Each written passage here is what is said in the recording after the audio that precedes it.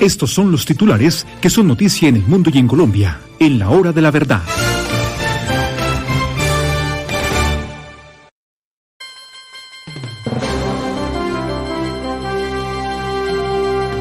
Bueno, queridos amigos, tenemos que empezar con una noticia muy triste, la manera como están tratando en Venezuela a los opositores al régimen de Maduro.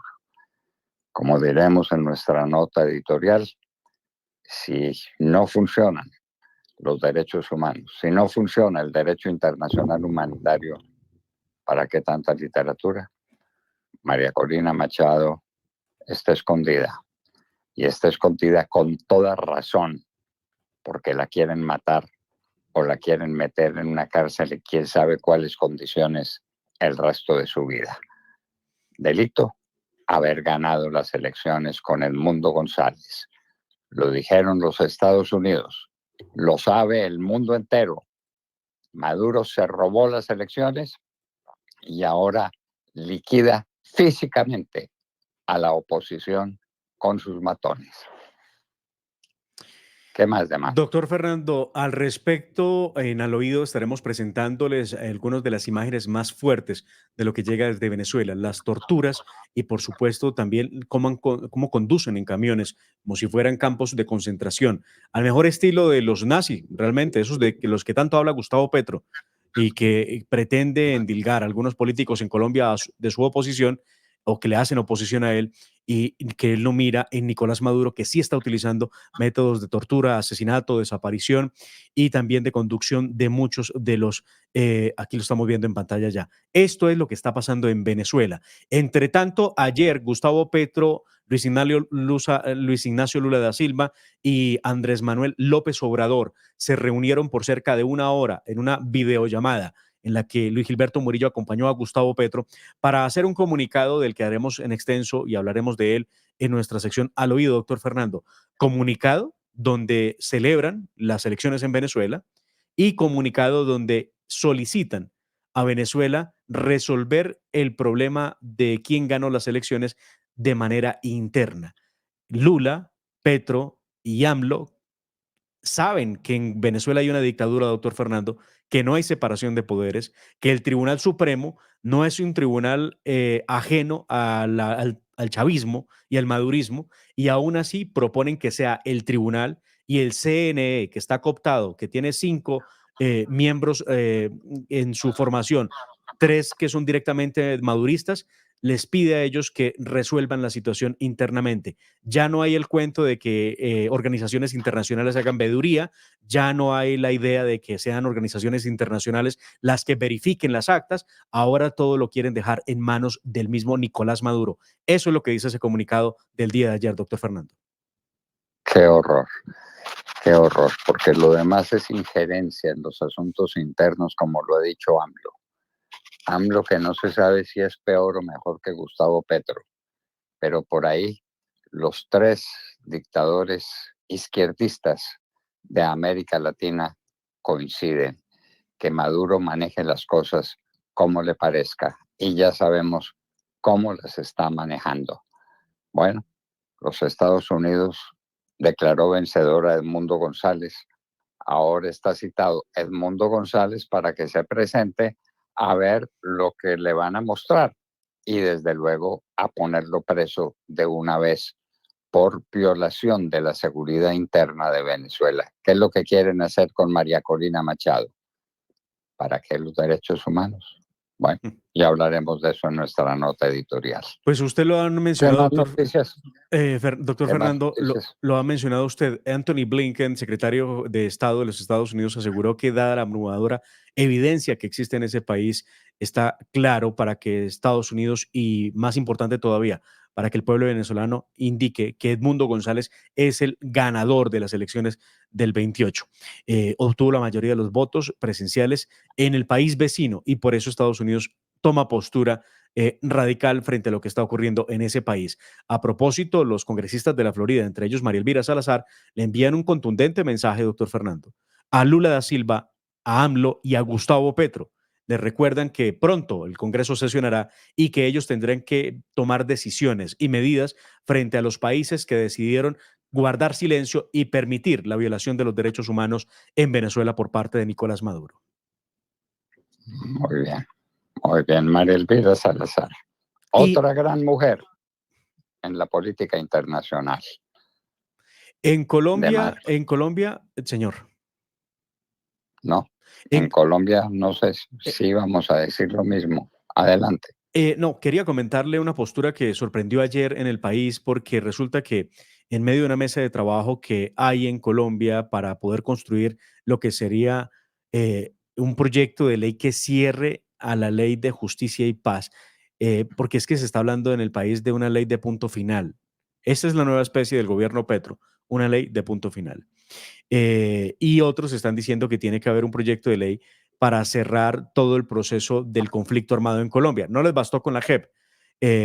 La ministra de Justicia, la actual, Ángela María Buitrago, declaró en su postura lo siguiente. Primero, la respuesta es muy compleja, dice ella, pero segundo, le fallaron el proceso, refiriéndose a los miembros de las FARC que regresaron a las armas, donde creemos que nunca se fueron, como es el caso de alias Iván Márquez. Y no está muy clara la postura de la ministra respecto de la que pretende el gobierno de Gustavo Petro, que es la de darles una oportunidad más para cerrar el conflicto. Otras voces desde el Congreso de la República hablan de la necesidad de una ley de punto final para que todos aquellos que habrían cometido delitos queden limpios jurídicamente del momento de la expedición de la ley en adelante.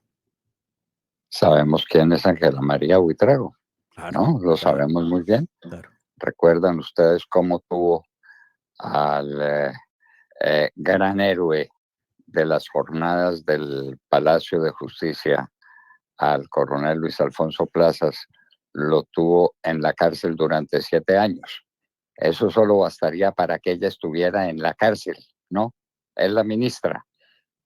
Bueno, eso es lo que está pasando en Colombia para que tomemos nota. Y el De tribunal, mar, señor. no. Adelante. El Tribunal Administrativo de Cundinamarca abrió un incidente de desacato contra el presidente Gustavo Petro por incumplir con los nombramientos de los comisionados de la Comisión de Regulación de Energía y Gas, de la CREG. Esa decisión se da por incumplir con el fallo del 25 de enero, al que definitivamente a Petro no le importan los fallos, no le importa lo que digan los jueces, de 2024, que fue proferido por el mismo tribunal, que le había ordenado a Gustavo Petro realizar los nombramientos en propiedad de los 6 expertos en asuntos energéticos. Pues muy bien, a Petro eso no le ha importado. Y doctor Fernando, el problema de Gustavo Petro con la CREG es que es una de las entidades que requiere sí o sí de personas que tengan un altísimo nivel técnico, estudios y capacidad y experiencia para poder asumir el tema de regulación de servicios públicos en Colombia. Gustavo Petro ha pretendido, como lo ha hecho con otras entidades, imponer activistas ignorantes en asuntos de regulación de energía, así como nombró a Irene Vélez ministra, ¿recuerda usted? Que no tenía ni idea No, de minas y hay que, energía. ¿y qué tal el director de Planeación Nacional? O el director del DAPRE, que es Bolívar. Sí, sí. ¿No? ¿Y qué tal el director de Planeación Nacional? El DAPRE todavía. Planeación Nacional, de lo que depende la economía en el futuro en manos de un ignorante activista brutal que no tiene ni idea de economía, que no ha abierto un libro de Samuelson, que no lo conoce ni por el forro, no tienen ni idea. Ese es el director de Planeación Nacional. ¿Cómo le parece? Es, Cuando por ahí pasaba Miguel Urrutia en su tiempo, entonces ahora es este sujeto. igual, no les importa y por lo mismo tiene personajes en entidades tan importantes como en el DPS, dije DAPRE, no, en el DPS como Gustavo Bolívar o en el DAPRE de Laura Sarabia, personas que no tienen experiencia en lo público y que hoy manejan el grueso del dinero del país producto de los impuestos de los colombianos. En fin, vamos con otra noticia, doctor Fernando. La Procuraduría por fin anunció, No, señor, pero, pero ahora sí, deme un campito. claro, claro. Estoy aterrado con lo que está sucediendo en Cali con la salud. El alcalde de Cali dijo que o le giran los recursos que le deben girar o lo que va a pasar en Cali en 2 meses es una verdadera tragedia. Claro, Bueno, no le le giran recursos a los hospitales, a las clínicas, a las IPS, doctor Fernando. Lo que ha dicho el alcalde de Cali también es que o esto se soluciona con los giros correspondientes, o en 2 meses la ciudad no tendría capacidad para atender a los pacientes. En dos Eso en meses. vísperas del COP16. Así es, así es. Ah, muy bien, muy bien. Y en Medellín, Pinturita propone a Petro para el Premio Nobel de Paz. Era lo que faltaba. Es que Pinturita está muy afanado, doctor Fernando, porque se empieza a tomar decisiones al interior del pacto histórico sobre quién debería ser el próximo candidato, si es que Petro así lo decide, para que lo suceda a él. Por eso Pinturita dice entonces en un trino que si Gustavo Petro logra resolver la situación en Venezuela, él debería ser merecedor del Premio Nobel de Paz. Recuerde que ya un activista de un partido verde ha propuesto a Gustavo Petro como próximo Nobel de Paz. Así que la idea de Pinturita va acompañada porque ya ha habido acciones y solicitudes en ese sentido para que sea nombrado Nobel de Paz. No, a su juicio ya resolvió el problema de Venezuela. Que lo maneje Nicolás Maduro y que la comunidad internacional se ponga de espaldas a esa realidad, no mire para allá y que, como diremos en nuestra nota editorial, el cuento del derecho internacional humanitario, de los derechos humanos y de la aldea global no pasa de ser eso, un cuento. Bueno, y en los Estados Unidos, ¿cómo le pareció el canje de 3 rusos por 3 norteamericanos? Lo que puede la política, ¿no? En vísperas de elecciones, Biden lleva a los Estados Unidos a 3 ciudadanos americanos que estaban injustamente presos en Rusia Entre y esos un suelta militar y un a 3 reportero. bandidos rusos para que se vayan otra vez para Rusia y para que sigan conspirando contra la paz mundial. Entre esos un militar y un reportero que estaba en manos de Rusia condenados a 16 años de prisión. Ha dicho el presidente Joe Biden ayer al finalizar el día que se trata de además un total de 16 liberados, entre los que están los 3 estadounidenses, donde se encuentra el reportero y el soldado norteamericano. Y, doctor Fernando, en noticias internacionales no podemos dejar de lado, por supuesto, hablar de las decisiones que ha venido tomando y la postura que ha tomado Gabriel Boric, quien ayer habló con Gustavo Petro. Petro llamó a Gabriel Boric. No sabemos si lo llamó para reconvenirlo y recordarle que no tiene por qué estar en contra del régimen venezolano. Lo cierto es que Boric ha sido claro y sigue pidiéndole a la comunidad internacional que sea veedora del proceso electoral en Venezuela. Y yo creo que esas declaraciones ni a Maduro ni a Petro le gustan. Petro que negó conocer a Maduro y Maduro lo dejó en evidencia en esa llamada de 15 minutos que le hizo antes de ayer a Gustavo Petro y después cuando dijo en televisión que lo respetaba, que lo admiraba y que le recibía consejos. Muy bien.